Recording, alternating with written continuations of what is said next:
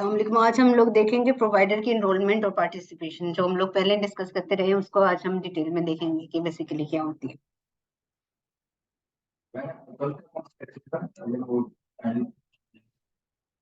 ठीक है, देख लेते हैं हम लोग। चलिए जी, बताओ कल क्या पढ़ा था आपने?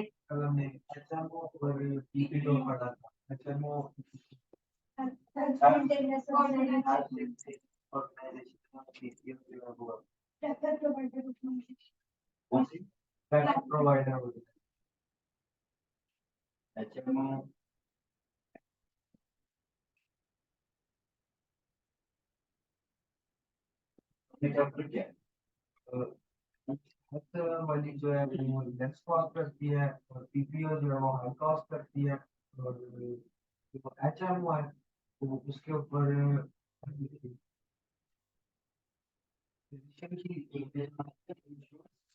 ये इंश्योरेंस की टाइप है। हम लोगों ने जब पढ़ा था हम लोगों ने मेडिकेयर जब पढ़ा था तो उसके पार्ट ए बी सी और डी पढ़े थे ना। पार्ट सी में हमने पढ़ा था कि मैनेज केयर प्लान्स आते हैं।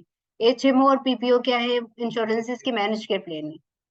ठीक है, मैनेज केयर प्लान वो तमाम इंश्योरेंस कमर्शियल इंश्योरेंसेस होती हैं जो मेडिकेयर या मेडिकेड के बिहाफ में पे कर रही होती हैं। अब क्या होता है कि जब भी कोई भी पेशेंट कोई भी ले रहा होता है इंश्योरेंस तो उसके प्लान को वो अपनी प्रायोरिटीज के अकॉर्डिंग लेता है कि उसकी हेल्थ की क्या कंडीशन है, उससे कितनी दफा डॉक्टर को विजिट करना है, ये सारी चीजें देख के लेता है। वो अपनी फाइनेंशियल कंडीशन को भी देख के लेगा। ठीक है, तो उस तरह से क्या इंश्योरेंस उसको दो तरह के प्लान ऑफर कर रही है, एक एचएमओ प्लान है और एक पीपीओ प्लान है। तो उन्हीं एचएमओ और पीपीओ में डिफरेंस बता रहे हैं कि ये दोनों प्लान अगर लेंगे तो उसमें क्या क्या बेनिफिट्स होंगे पेशेंट को। एचएमओ प्लान क्या है? हेल्थ मेंटेनेंस ऑर्गेनाइजेशन वो प्लान है जो लो कास्ट करते हैं, प्रीमियम भी लो होता है उनमें, कोपे डिटेक्टेबल को इंश्योरेंस की अमाउंट भी लो होती है।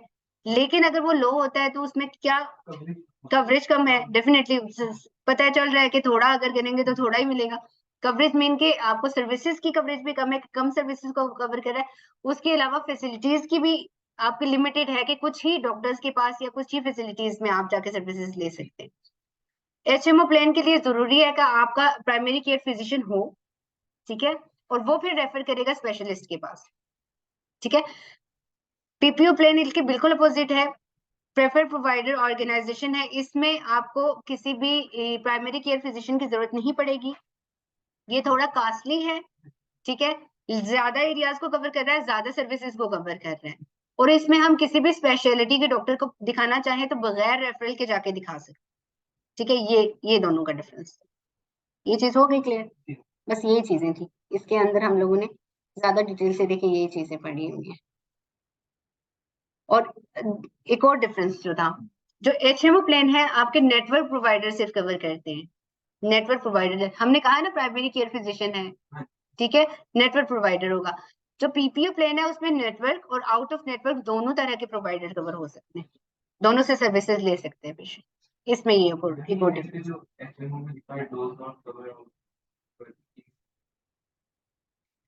लिखा है कि does not cover out of network. हाँ जी, नहीं डोज है, dose not cover out of network. Out of network वही जो बात बताया कि आउट ऑफ नेटवर्क प्रोवाइडर की जितनी भी कवरेजेस सर्विसेज है नहीं करेगा आपका एचएमओ प्लान कवर। हाँ शायद डज नॉट, ये देखिए इसी को देखिए। मतलब ये मेन डिफरेंसेस थे, ये फायदे थे, हमने इसको बस देख लिया था। ठीक है, अब हम लोग आ रहे हैं अपने एनरोलमेंट को, कि हमने नेटवर्क और आउट ऑफ नेटवर्क को कल देखा था थोड़ा सा एचएमओ पीपीओ प्लान्स में। तो उन्हीं चीजों को एक्सप्लेन करने के लिए हमने फर्दर के इसमें कंफ्यूजन ना हो, ऑल्दो कि हम हाफ एंड ऑन इसको डिस्कस करते भी रहे हैं। अब हम देख रहे हैं कि एनरोलमेंट का बेसिकली प्रोसेस क्या होता है, फिर पार्टिसिपेशन का क्या प्रोसेस होता है, कौन करता है, किस तरह से होता है, क्या फायदा होता है। एनरोलमेंट क्या है? Process of utilizing health care insurance plan to allow the participation of the provider in the network who seek provide care to their member. Simply enrollment जैसे नाम से जाहिर है कि इनरोलमेंट होगी किसके किसकी? डॉक्टर की इंश्योरेंस के पास इनरोलमेंट हो रही है। ठीक है, वो इनरोल कर रहा है। वो इनरोल करने के लिए उसका प्रोसेस पूरा लिखा है कि वो क्या करेगा। कोई भी डॉक्टर को, हाँ जी, रिक्वेस्ट भेजेगा एनरोलमेंट की, कॉन्ट्रैक्ट प्लेन के साथ करेगा, कांटेक्ट करेगा, फिर एनरोलमेंट की जो एप्लीकेशन है वो फॉर्म फिल करेगा। जैसे कोई भी कहीं पे भी हम लोग एनरोलमेंट के लिए प्रोसेस पूरा फिल करते हैं ना, फॉर्म फिल करते हैं, सारी चीजें होती हैं। अच्छा, वालेकुम अस्सलाम। वो उसी तरह से क्या करेगा, एनरोलमेंट के लिए फॉर्म फिल करेगा, सारी डॉक्यूमेंटेशन देगा, अपने जितने भी लाइसेंस हैं, अपनी एजुकेशनल डॉक्यूमेंट्स हैं, उनकी सारी कॉपीज किसको देगा, इंश्योरेंस को देगा डॉक्टर। ठीक है, ये प्रोसेस काम बता रहे हैं। फिर ये जो उसके बाद वो क्या करेगी, इंश्योरेंस वैसे ही जैसे हम कहीं पे अप्लाई कर रहे होते हैं तो हम डिग्रीज देते हैं तो वेरिफिकेशन होती है, इंश्योरेंस वेरिफिकेशन करेगी और उसके बाद उसकी रिक्वेस्ट को एक्सेप्ट करेगी। ठीक है, डॉक्टर की, तो वो उसका जो होगा वो एनरोलमेंट का प्रोसेस हो जाएगा।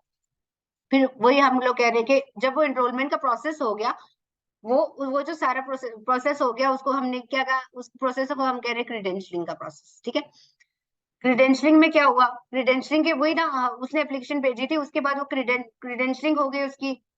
यहाँ पे सिस्टमेटिक अप्रोच है, वेरिफिकेशन जो हमने पहले कहा था कि उसने भेजी, डॉक्यूमेंट्स की कॉपीज भेजी, वेरिफिकेशन होगी, वेरिफिकेशन के बाद एक्सेप्टेंस होगी, तो वो क्या हो गया, एनरोल हो गया, उसकी क्रीडेंशियलिंग हो गई किसी भी डॉक्टर की इंश्योरेंस के साथ। यहाँ तक क्लियर होगी चीजें। सिंपल फॉर्म भेजा, फॉर्म फिल किया, रिक्वेस्ट की, अपनी डिग्रीज लगाई, डिग्रीज की इंश्योरेंस ने वेरिफिकेशन की, एक्सेप्ट कर लिया और क्रीडेंशियलिंग का प्रोसेस हो गया। इसमें सिर्फ हमने डिटेल्स में लिखाया हुआ है कि उसको क्या क्या डॉक्यूमेंटेशन चाहिए। यहाँ पे हम लोगों ने दिखाया मेडिकेयर मेडिकेट का लिखा हुआ है कि बेसिकली इनकी इनरोलमेंट के लिए कहाँ कहाँ से हमें इनरोलमेंट करानी पड़ेगी। अगर प्रोसेस है इसे डॉक्टर्स के लिए, हाँ जी, पेशेंट की तो नहीं, नहीं। हाँ, उसने तो प्लेन लिया ना, उसने जब प्लेन लिया था उसने अपनी सारी इंफॉर्मेशन दे दी थी, इंश्योरेंस को अपना प्रीमियम पे किया था और प्लेन ले लिया था। ठीक है, हाँ जी, जी जी, डॉक्टर के लिए यूज होता है। क्रीडेंशलिंग का प्रोसेस, क्रीडेंशलिंग का मतलब क्या है कि उसने अपने आप को इनरोल करा दिया, इनरोलमेंट का प्रोसेस का खत्म हो गया, वो क्रीडेंशलिंग होगी उसकी इंश्योरेंस के पास। अब इंश्योरेंस को पता है कि ये एक डॉक्टर है, उसने वेरीफाई कर लिया था उसके सारे लाइसेंस और उसे पता है ये एक ऑथेंटिक डॉक्टर है, यहाँ सर्विसेज दे रहा है, हर चीज उसने वेरीफाई करने के बाद उसको उसकी क्रीडेंशलिंग कर ली अपने साथ। अब वो उसके साथ मजीद काम करने को तैयार है। ठीक है, अब उसके बाद क्या होगा, हमने डिफरेंट इंश्योरेंसेस का देखा, जैसे मेडिकेयर का देखा कि मेडिकेयर की अगर इनरोलमेंट करानी हो, मतलब ऑल्दो कि हम एक बिलर नहीं इनरोलमेंट कराता, लेकिन आपका क्रीडेंशलिंग डिपार्टमेंट करा रहे हैं तो आपको थोड़ा सा नो हाउ तो वो एटलीस्ट के कैसे क्रीडेंशलिंग होती है, एटलीस्ट आपके किसी डॉक्टर की कोई क्रीडेंशलिंग रुकी है तो आपको पता चले कि किस मरहले से गुजर रही है। ठीक है, तो इसलिए आपको पता होना जरूरी है। तो वो क्या है कि provided enrolment chain of ownership जो है, एक ऑर्गेनाइजेशन है जो क्या करती है, एनरोलमेंट करती है मेडिकेयर की। ये बेसिकली एक पोर्टल है, इसका चेन ऑफ जो ऑनरशिप है, इसका पोर्टल होता है, जैसे कोई भी वेब पोर्टल होता है, उसके थ्रू क्या कर सकते हैं, मेडिकेयर के किसी भी डॉक्टर की एनरोलमेंट की रिक्वेस्ट भेज सकते हैं, ऑनलाइन रिक्वेस्ट है। ठीक है, मेडिकेयर की एनरोलमेंट स्टेट वाइज जो है डिफरेंट होती है और इसमें फॉर्म जो होता है ऑनलाइन अवेलेबल होता है, उसे डाउनलोड करना होता है, फिल करना होता है और देना होता है। ठीक है, ये बेसिकली थोड़ी सी ऐसे एडिशनल इंफॉर्मेशन के लिए था, ये ना भी हमें पता हो तो कोई इतनी जरूरी नहीं है। कमर्शियल इंश्योरेंसेस के लिए वो बता रहे हैं कि council of affordable quality health care जो है, ये एक ऑर्गेनाइजेशन है, इसके पोर्टल के थ्रू क्या किया जा सकता है, कमर्शियल कोई भी इंश्योरेंस है तो उसकी क्रीडेंशलिंग या एनरोलमेंट का प्रोसेस हो सकता है। ठीक है, यहाँ तक क्लियर हो गई ये चीज, एनरोलमेंट समझ आ गई। एनरोलमेंट से सिंपल, जैसे हमने यूनिवर्सिटी में एनरोल करवाया था अपने आप को, अपने अपने डॉक्यूमेंट्स हमने क्या किया था, पहले फॉर्म फिल किया था, उसके बाद हम देखा कि हमारे क्राइटेरिया पे हम पूरे उतर रहे हैं, तो जो जो डॉक्यूमेंट्स यही करते हैं ना, फॉर्म फिल करते हैं और अपने डॉक्यूमेंट्स जितने भी लिखे होते हैं उधर में कहीं वो सारे हम अटैच करते हैं। उसके बाद यूनिवर्सिटी क्या करती है, यूनिवर्सिटी तस्दीक करती है ना, वैसे तो टेस्टेड कॉपीज होती है लेकिन यूनिवर्सिटी तस्दीक करती है, जाली डिग्रियां तो नहीं है। उसी तरह से हम किसी जॉब के लिए अप्लाई करते हैं तो जॉब के लिए भी वो भी बड़ा तस्दीक करते, देखते हैं कि यूनिवर्सिटी की डिग्री सही है कि नहीं। उसी तरह से जो है इंश्योरेंस भी क्या करेगी, डॉक्टर की हर लाइसेंस, हर डिग्री, जहां जहां उसने प्रैक्टिस किया, जो उसके एक्सपीरियंसेस है, ट्रेनिंग्स के जितने सर्टिफिकेट लगे हुए उनकी वेरिफिकेशन करके, वेरिफिकेशन के बाद कंफर्म कर लेती है कि ठीक है ये सारी चीजें सही है और वो उसकी क्रीडेंशलिंग हो गई, क्रीडेंशलिंग का प्रोसेस खत्म हो गया। हर डॉक्टर हर डॉक्टर जिसका क्लेम इंश्योरेंस ने प्रोसेस करना है, वो उसके साथ उसकी क्रेडेंशलिंग होगी तो वो उससे प्रोसेस। यहाँ तक समझ आ गई। उसके बाद पार्टिसिपेशन आती है। अब participation is a process which is enrolled provider may be choose to decide becoming either the participating or non participating। Participation वो प्रोसेस है जब जो क्या कर रहा है, कोई भी इनरोल प्रोवाइडर, यहाँ पे हमने इनरोल मेंशन किया बाकायदा कि इनरोल होगा हर प्रोवाइडर। इनरोल होने के बाद अगला मरहला है कि वो एक्सेप्ट कर रहा है कि वो पार्टिसिपेट करे या नहीं पार्टिसिपेट करे, नेटवर्क होगा या आउट ऑफ नेटवर्क है। ये जो प्रोसेस होता है इसको पार्टिसिपेशन का प्रोसेस कहते हैं। अब पार्टिसिपेटिंग प्रोवाइडर कौन से होते हैं? एक्सेप्ट करते हैं इंश्योरेंस की असाइनमेंट ऑफ द चार्जेस, या हम इसको मेडिकेयर फीस कैजुअल भी कहते हैं, मेडिकेयर अलाउड रेट भी कहते हैं। असल में वो एक ही चीज होती है कि जो असाइनमेंट है, जो उसके चार्जेस हैं, जो उसके अलाउड रेट है, उसको एक्सेप्ट कर रहा है जो, यानी वो रख रहा है कि मेडिकेयर जिस तरह से मेडिकेयर को जिस तरह से जिस परसेंटेज से पे किया जा रहा है उसी परसेंटेज से वो इंश्योरेंस एक्सेप्ट कर रही है कि प्रोवाइडर एक्सेप्ट कर रहा है कि मुझे उसी के अकॉर्डिंग करें। बाकी जितनी भी उसकी कोई भी कमर्शियल इंश्योरेंस है उसको रोल मॉडल मेडिकेयर को रख रही है।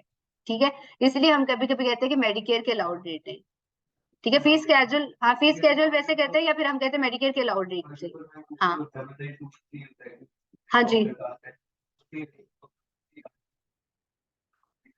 हाँ अलाउड इतने, यानी कि अलाउड का मतलब ये होगा कि मैक्सिमम इनके लिए इतना पे किया जाएगा। ठीक है, तो उसमें कुछ आपके बिल्ड अमाउंट और आपकी जो अलाउड अमाउंट के दरमियान का एक डिफरेंस होता है जो उसने रख लिया है कि भाई ना पे करें। ये जो फीस कैजुअल है इसको एक्सेप्ट करने को क्या कहते हैं? पार्टिसिपेशन करते हैं। ठीक है, पार्टिसिपेशन क्लियर हुई कि क्या किया? मेडिकेयर के अलाउड रेट हुए, असाइनमेंट चार्जेस हो गए, फीस कैजुअल हो गया। मतलब ये 3-4 नामों से या शायद इसके अलावा भी किसी नाम से उसको पुकारा जाएगा, लेकिन असल वो बात यही होगी कि अगर उन रेट को एक्सेप्ट कर दिया, मेडिकेयर के अलाउड रेट को या असाइनमेंट को, असाइन चार्जेस को कर लिया या फीस कैजुअल को एक्सेप्ट कर लिया, तो उसका ये मतलब हुआ कि वो जो प्रोवाइडर है वो पार्टिसिपेटिंग हो गया। अब पार्टिसिपेटिंग हो गया तो क्या होगा? पार्टिसिपेटिंग होगा तो benefit of being listed in the insurance participating physical, ये है पार्टिसिपेटिंग फिजिकल डायरेक्टरी। एक डायरेक्टरी होती है जिस किसी भी इंश्योरेंस के पास डायरेक्टरी होती है, उसमें वो जो पार्टिसिपेटिंग प्रोवाइडर होते हैं उनके लिए उन्होंने लिखा होता है, तमाम डिटेल्स लिखी होती है जो सर्विसेज की होती है। ठीक है, वो बाकायदा एक डायरेक्टरी होती है। जिस तरह से हमारी ये बुक्स आ रही थी सीपीसी की, उसी तरह से डायरेक्टरी है। उसके पास तमाम डिटेल्स होंगी कि कौन कौन सी सर्विसेज जो है इस पार्टिसिपेटिंग प्रोवाइडर के लिए कवर करे। उसके बाद एक बेनिफिट ये हो गया कि वो सर्विसेज की पूरी डिटेल उसे पहले से बता रहा है। दूसरा ये कि automatically cross over the Medigap claims. Medigap क्या होता है? मतलब देखो, जैसे मेडी गैप के नाम से ही पता चलता है कुछ मेडिकेयर से रेलिवेंट होता होगा। ठीक है, मतलब मेडी गैप के नाम से ही ऐसे तमाम क्लेम्स जहां पे मेडिकेयर प्राइमरी इंश्योरेंस है लेकिन कोई सेकेंडरी कमर्शियल इंश्योरेंसेस मेडिकेयर के साथ काम कर रही है, एज ए सेकेंडरी इंश्योरेंस काम कर रही है, ऐसे तमाम क्लेम को कि जब मेडिकेयर पेमेंट करती है उसके बाद जो भी कोई इंश्योरेंस छोड़ती है तो मेडिकेयर खुद ही कमर्शियल इंश्योरेंस को क्रॉस ओवर कर देगी उसे। हम नहीं करेंगे, ये बात देखिएगा, सिनेरियो समझे।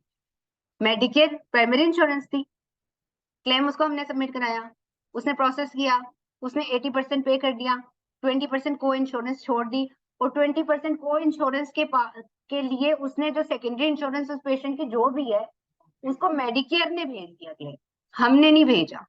ठीक है, अब हमें क्या फायदा हो गया कि मेडिकेयर ने खुद ही भेज दिया। समटाइम पेशेंट ने हमें सेकेंडरी इंश्योरेंस नहीं बताई होती, लेकिन मेडिकेयर के पास इंफॉर्मेशन सेकेंडरी की होती है। जब मेडिकेयर की इवन एलिजिबिलिटी भी हम चेक करते हैं तो किसी पेशेंट के पास कोई सेकेंडरी इंश्योरेंस है तो मेडिकेयर बताएगी कि इसकी ये सेकेंडरी इंश्योरेंस है। ठीक है, उसने सारी इंफॉर्मेशन रखी होती है। अब वो क्या करती है, ऐसे तमाम क्लेम्स को खुद ही क्रॉस ओवर कर देती है, सेकेंडरी इंश्योरेंस को खुद बिल कर देती है। हमें मैनुअली किसी भी बिलिंग कंपनी को मैनुअली को इंश्योरेंस के लिए बिल दोबारा से नहीं करना पड़ता। कब? जब प्रोवाइडर पार्टिसिपेटिंग होगा तब। अगर वो पार्टिसिपेटिंग नहीं होगा तो हमें करना पड़ेगा। ठीक है, किसमें? नहीं तो वो उसको बिल भेज रही है ना, मेडिकेयर अपनी ओबी के साथ को इंश्योरेंस की जो अमाउंट के लिए उसको भेज रही है कि अब तो मैंने ये पे कर लिया, आप कोई इंश्योरेंस पे कर ले, सेकेंडरी इंश्योरेंस पे करके हमें ही देगी पैसे।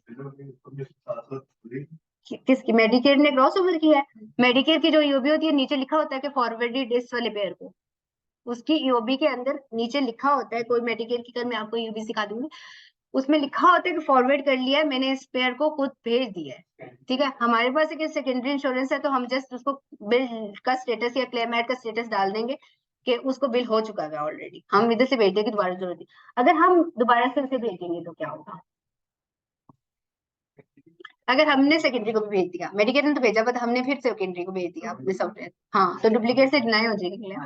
ठीक है, क्योंकि पहले क्या हुआ था ना, उसके पास वो क्लेम था सेकेंडरी इंश्योरेंस को, मेडिकेयर ने भेज दिया था और हमसे तेज भेज लेती है, जैसे ही अपना क्लेम प्रोसेस करती है फौरन भेज देती है हमें, तो वो प्रोसेस करेगी, पे होगा, हमारे पास आएगा, हम पेमेंट पोस्ट करेंगे, फिर जाके सेकेंडरी तक पहुंच जाए ना, वो जैसे ही प्रोसेस करेगी, इश्यू करेगी चेक, साथ में उसने सेकेंडरी को भेज दिया, उसके पास पहले का गया हुआ होता है। समटाइम्स हमारे पास सेकेंडरी की पेमेंट पहले आ रही होती है, मेडिकेयर की कहीं बाद में ढूंढ ढूंढ के आ रही होती है।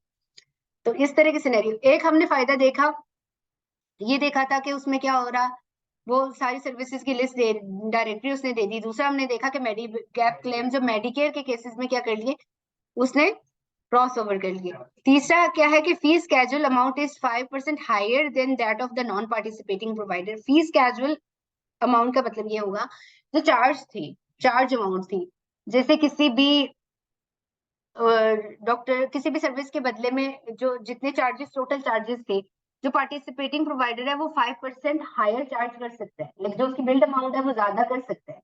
उसको ये चॉइस दे रही है इंश्योरेंस कि बिल्ड अमाउंट को थोड़ा 5% ज्यादा कर सकता है। जब 5% वो बिल्ड अमाउंट ज्यादा करेगा तो डेफिनेटली उसकी पेड अमाउंट में कोई तो परसेंटेज थोड़ी फर्क पड़ेगी ना, पे भी थोड़ा सा ज्यादा हो जाएगा।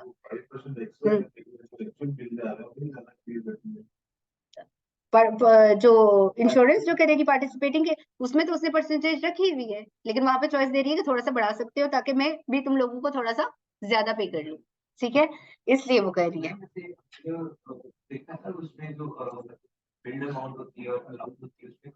डिफरेंस बहुत ज्यादा डिफरेंस होता है, हाफ से भी ज्यादा डिफरेंस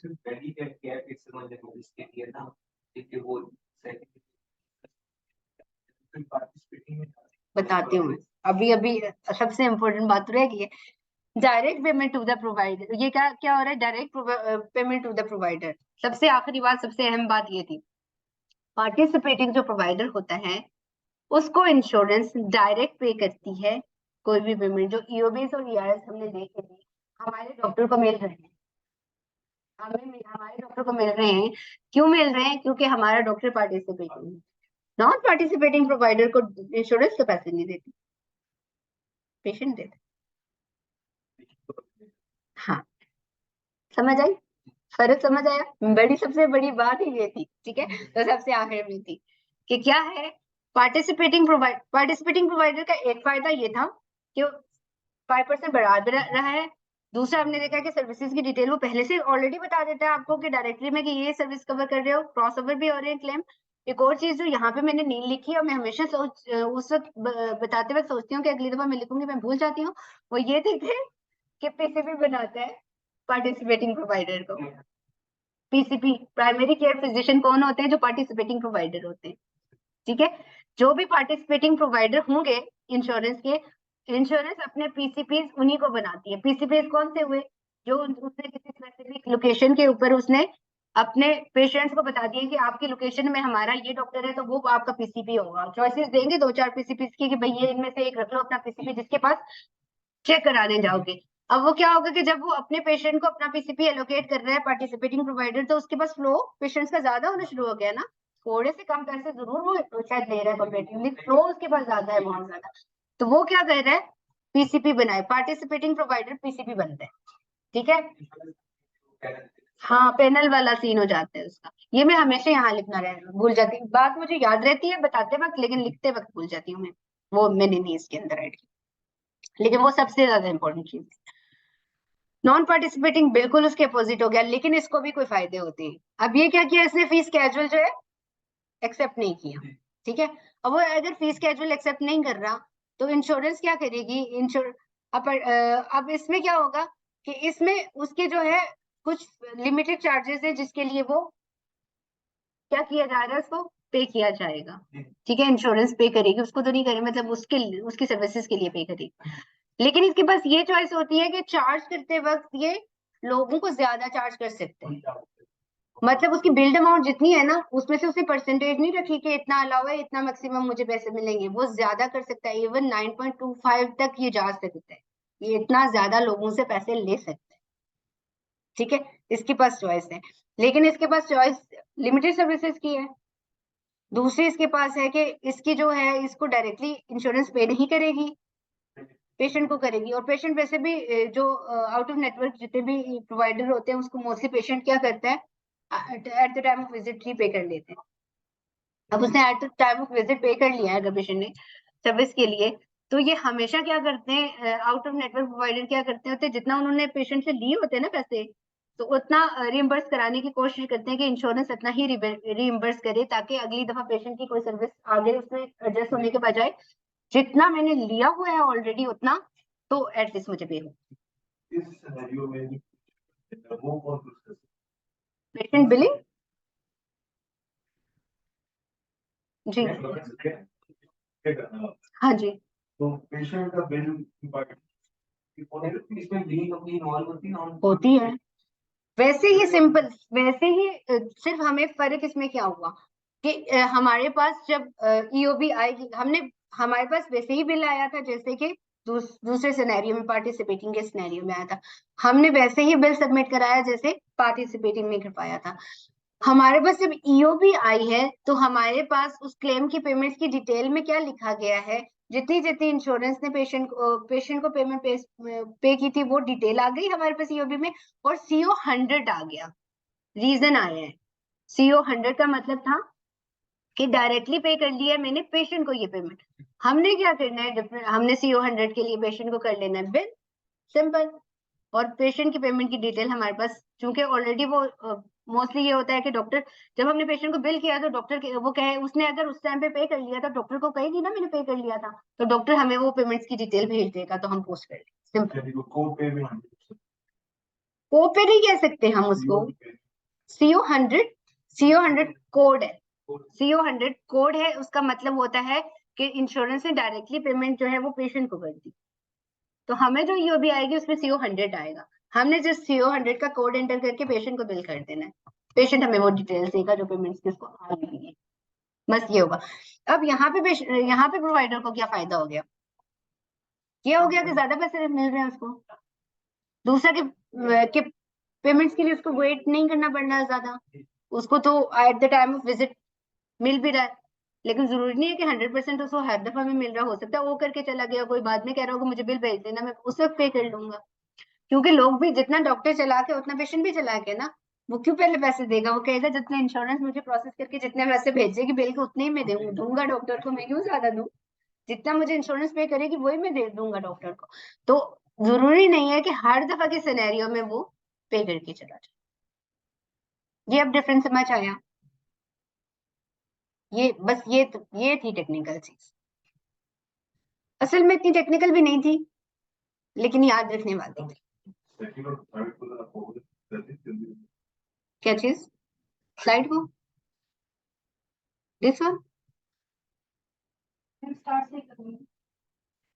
अच्छा सबसे पहले हमने देखा कि एनरोलमेंट का प्रोसेस देखा, हम क्या पढ़े, प्रोवाइडर की एनरोलमेंट और पार्टिसिपेशन देख रहे।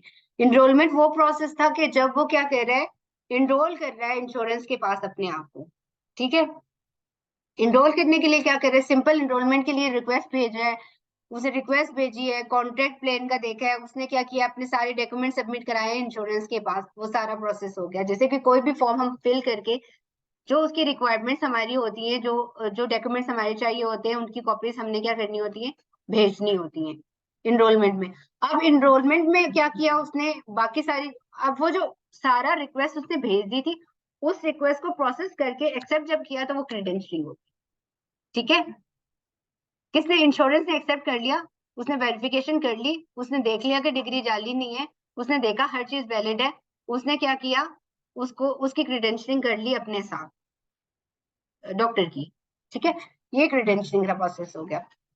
फिर हमने देख लिया कि क्रेडेंशियलिंग करने के लिए हमने मेडिकेयर की क्रेडेंशियलिंग कहाँ से होती है, चेन ऑफ ऑनरशिप करवाती है। मेडिकेड की जो होती है वो हमने ऑनलाइन फॉर्म को क्या होता है डाउनलोड करना होता है, फिर हमने स्टेट वाइज जो होता है सबमिट कराना होता है। कमर्शियल इंश्योरेंसेस के लिए देखा कि council of affordable quality health जो है ये इनरोलमेंट करती है, इनकी इनरोलमेंट का जो प्रोसेस क्रेडेंशलिंग का होता है ये करती है। उसके बाद हमने क्या देखा, नेक्स्ट स्टेप था पार्टिसिपेटिंग का। पार्टिसिपेटिंग वो प्रोसेस था कि जब आपके जितने भी इनरोल प्रोवाइडर्स हैं उनके पास चॉइस है कि वो मेडिकेयर के अलाउड रेट को एक्सेप्ट करेंगे या नहीं करेंगे। ठीक है, अगर उन्होंने मेडिकेयर के अलाउड रेट को या फीस स्केड्यूल को एक्सेप्ट कर लिया तो वो पार्टिसिपेटिंग हो गए, अगर उन्होंने एक्सेप्ट नहीं किया तो नॉन पार्टिसिपेटिंग हो गए। फिर हमने देखा कि पार्टिसिपेटिंग और नॉन पार्टिसिपेटिंग दोनों चॉइसेस अगर डॉक्टर ने की है तो उनको क्या फायदा मिला है। हमने देखा कि पार्टिसिपेटिंग अगर वो पार्टिसिपेटिंग है तो उसको क्या किया है, से पहले उसकी जो है वो फिजिकल डायरेक्टरी दे दी है और उसमें सारी डिटेल्स बता दी है कि कौन कौन सी सर्विसेज तुम कर सकते हो, कवर कर रहे हैं हम। दूसरा उनको क्या कर रहे हैं, क्रॉस ओवर हो रहे हैं सारे मेडिकेयर के क्लेम्स। फिर हो रहा है कि जितना भी 5% हायर चार्ज कर सकता है वो जो पार्टिसिपेटिंग प्रोवाइडर होगा, और पार्टिसिपेटिंग प्रोवाइडर को क्या है डायरेक्टली जो है पेमेंट इंश्योरेंस करेगी। और इसके अलावा बताया मैंने कि पार्टिसिपेटिंग प्रोवाइडर को इंश्योरेंस अपना पीसीपी बनाती है। ठीक है, कि ताकि उसके पास पेशेंट का फ्लो ज्यादा आ जाए, उसको ये फायदा मिलता है। फिर हमने देखा कि जो पार्टिसिपेटिंग प्रोवाइडर नहीं होते, नॉन पार्टिसिपेटिंग प्रोवाइडर होते हैं, उनको क्या फायदा होता है, उनके पास सर्विसेज लिमिटेड होती है, लेकिन वो क्या करता है हायर चार्ज कर सकता है उनके लिए 9.25 तक वो हायर चार्ज कर सकता है। उसके पास ये होता है लेकिन उसकी सर्विस लिमिटेड है, वो महंगा डॉक्टर है, उसके पास क्यों कोई आएगा। अब वो जब 9.25 हायर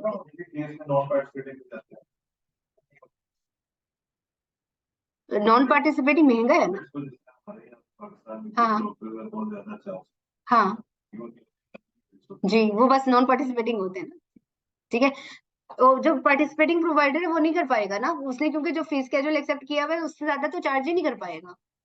ये जो नॉन पार्टिसिपेटिंग प्रोवाइडर होते हैं ये इतना ज्यादा फ्रॉडलेंट एक्टिविटी कर देते हैं कि इवन जो जो एडजस्टमेंट होती है बेसिकली आपकी आपकी जो अलाउड अमाउंट और आपकी चार्ज अमाउंट के दरमियान का डिफरेंस होता है, वो डिफरेंस जो कि नॉन नॉन कवर्ड अमाउंट होती है जो, उसके लिए भी बिलिंग कराने को बोलते हैं बिलर्स को, और वो फ्रॉडलेंट एक्टिविटी, उसको बैलेंस बिलिंग कहते हैं। वो फ्रॉडलेंट एक्टिविटी होती है, उसके लिए बिल्कुल भी नहीं कभी जिंदगी में पेशेंट को हम चार्ज कर सकते, लेकिन ऐसे करवाते हैं जो आउट ऑफ नेटवर्क प्रोवाइडर इस तरह से भी करवाते।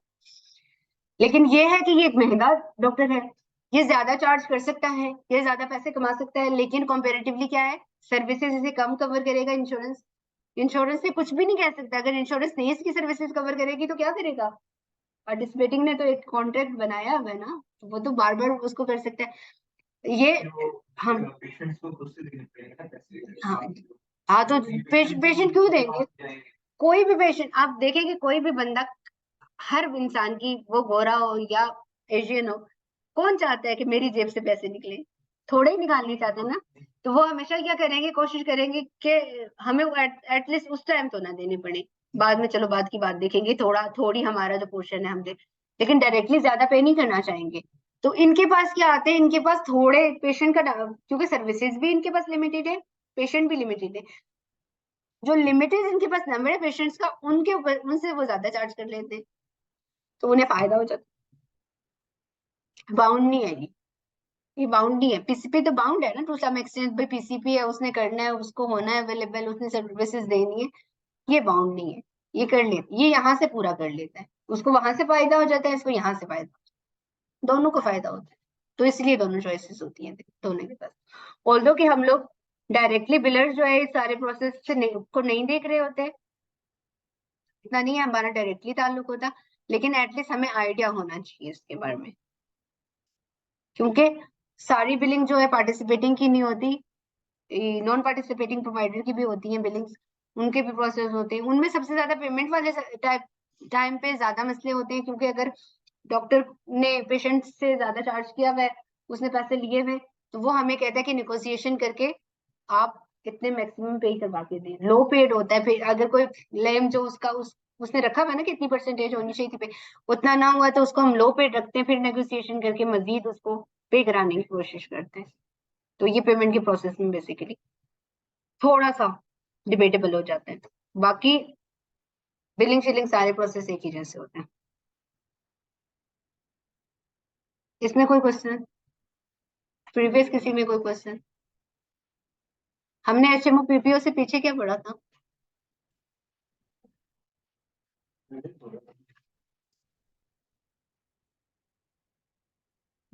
नेक्स्ट वीक में हमारा क्विज है,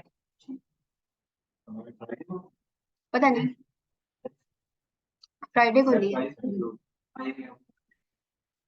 सरप्राइज तो खैर नहीं होगा, लेकिन ऑनलाइन क्विज होगा, लिंक भेजेंगे, उसमें से कर लेंगे आप।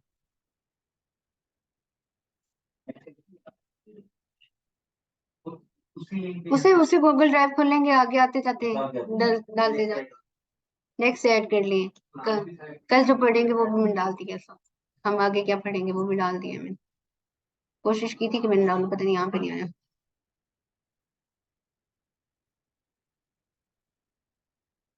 उधर अपना सिस्टम खोला था मैंने, उसमें कल शायद क्या पढ़ रहे थे हम, कल हम डेमोग्राफिक, हम सुपर बिल डेमोग्राफिक वो वाली चीजों पे आ जाएंगे। अब हम जा रहे हैं, मतलब इससे ऑनवर्ड, यहाँ तक तो हम तो बेसिक्स पढ़ रहे थे, सारी बेसिक्स पढ़ रहे थे। अब आगे हम लोग सॉफ्टवेयर के ऊपर, डेमोग्राफिक, सुपर बिल के ऊपर, ईओबेस के ऊपर, ये सारी चीजें जो हमने प्रैक्टिकली जो काम करना है उसके ऊपर आ जाएंगे। नहीं पढ़ रही,